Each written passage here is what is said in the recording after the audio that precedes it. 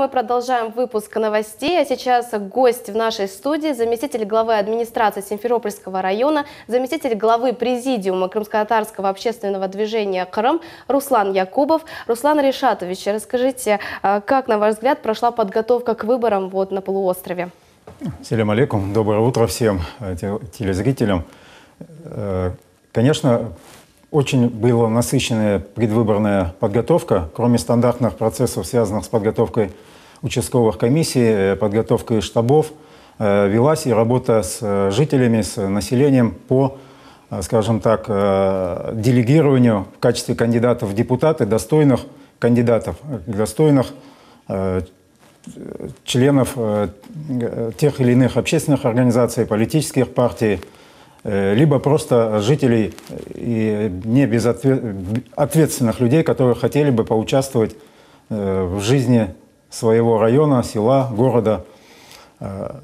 Постоянно были встречи в трудовых коллективах, были встречи с жителями, на которых поднимались очень острые вопросы, связанные с инфраструктурами тех или иных населенных пунктов, с работой школ и детских садов, с работой общественного транспорта и много-много другие волнующие вопросы, которые нас всех, как простых жителей, волнуют в обычной жизни. И мы видим, что все эти результаты дали свои плоды. На сегодняшний день очень активная была, большая активность была в ходе предвыборной работы, когда огромное количество людей участвует в выборной кампании в качестве кандидатов в депутаты. А насколько важно нашим соотечественникам сделать свой выбор в единый день голосования? Ну, сегодня особенные выборы, они уникальны тем, что мы выбираем своих представителей в местные органы власти, мы выбираем представителей Государственный совет Республики Крым. Это те люди, с которыми непосредственно нам придется прожить, и не просто прожить, а плодотворно поработать в ближайшие 5 лет над решением тех или иных наших проблем. Как я уже сказал, именно депутат местного совета – это тот человек, на которого возложена огромная ответственность по осуществлению именно связи, то есть он будет своеобразным мостиком между жителями и между исполнительными органами власти. Чем качественнее он донесет эту проблематику, чем качественнее он сможет расставить приоритеты, тем эффективнее в целом власть будет решать поставленные людьми задачи. Но в то же время этот депутат, избранный от людей, он получает определенный мандат доверия, он получает вотум доверия, который ни в коем случае нельзя подвести, ни в коем случае нельзя не оправдать. И я уверен, что именно в ближайшие 5 лет станут эффективной работой, потому что есть огромный багаж опыта предыдущих 5 лет, было намного сложнее. Было намного больше проблем, уже фундамент у нас заложен, и дальше предстоит только работать над поставленными и достигать поставленной цели. Руслан Ильич, совсем недавно прошел важный форум для нашего народа, общественно-политических сил крымско-татарского народа. Вот ваши цели, задачи на ближайшие 5 лет. Данный форум был организован Советом крымско-татарского народа при главе республики совместно с общественным движением «Крым». Мы видели, что были представлены около 500 делегатов со всех концов Республики Крым. Это как и кандидаты в депутаты зарегистрированные, так и члены общественно-политических организаций крымско-татарских, делегаты от местных религиозных общин.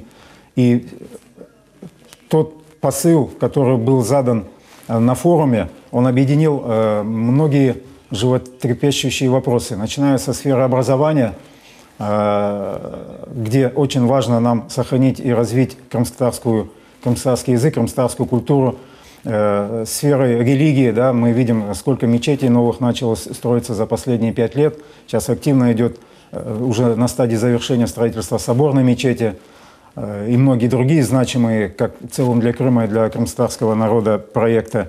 И этот форум объединил всех на сегодняшний день прогрессивных, здравомыслящих людей, которым не безразлична судьба крымчан и крымских татар. И они,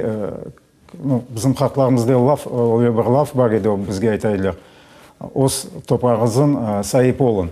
Вот если мы хотим стать настоящими гражданами нашей республики, настоящими хозяевами этой земли, конечно, надо участвовать во всех сферах жизнедеятельности. И выбор — это самый основной, основная ступень, пройдя через которую мы получим ту мощь, ту силу, которая нам позволит потом влиять и на процессы внутри республики. И вот какая должна быть система взаимодействия депутатов будущих с населением, с гражданами? Уже на стадии предвыборной работы каждый из кандидатов в депутаты имел многочисленные встречи со своим электоратом, со своими будущими, со своими нынешними избирателями. Я думаю, вот тот темп, который был взят во время предвыборной работы, необходимо сохранить, чаще встречаться с избирателями, не оставаться в стороне ни от одного вопроса. Если человек этот вопрос задает, если этот вопрос у кого-то, эта проблема у кого-то болит, естественно, надо эту проблему поднимать, ни в коем случае не замалчивать, поднимать перед чиновниками различных рангов и сельского совета, районного совета, совета министров, выстраивать, вот как мы сейчас говорим, прописывать понятную для людей и выполнимую дорожную карту. Пусть не все будет возможно решить в одночасье, сегодня, завтра или в течение месяца, но люди должны понимать, что дорогу они получат через год, а школу или детский сад получат через 2-3 года.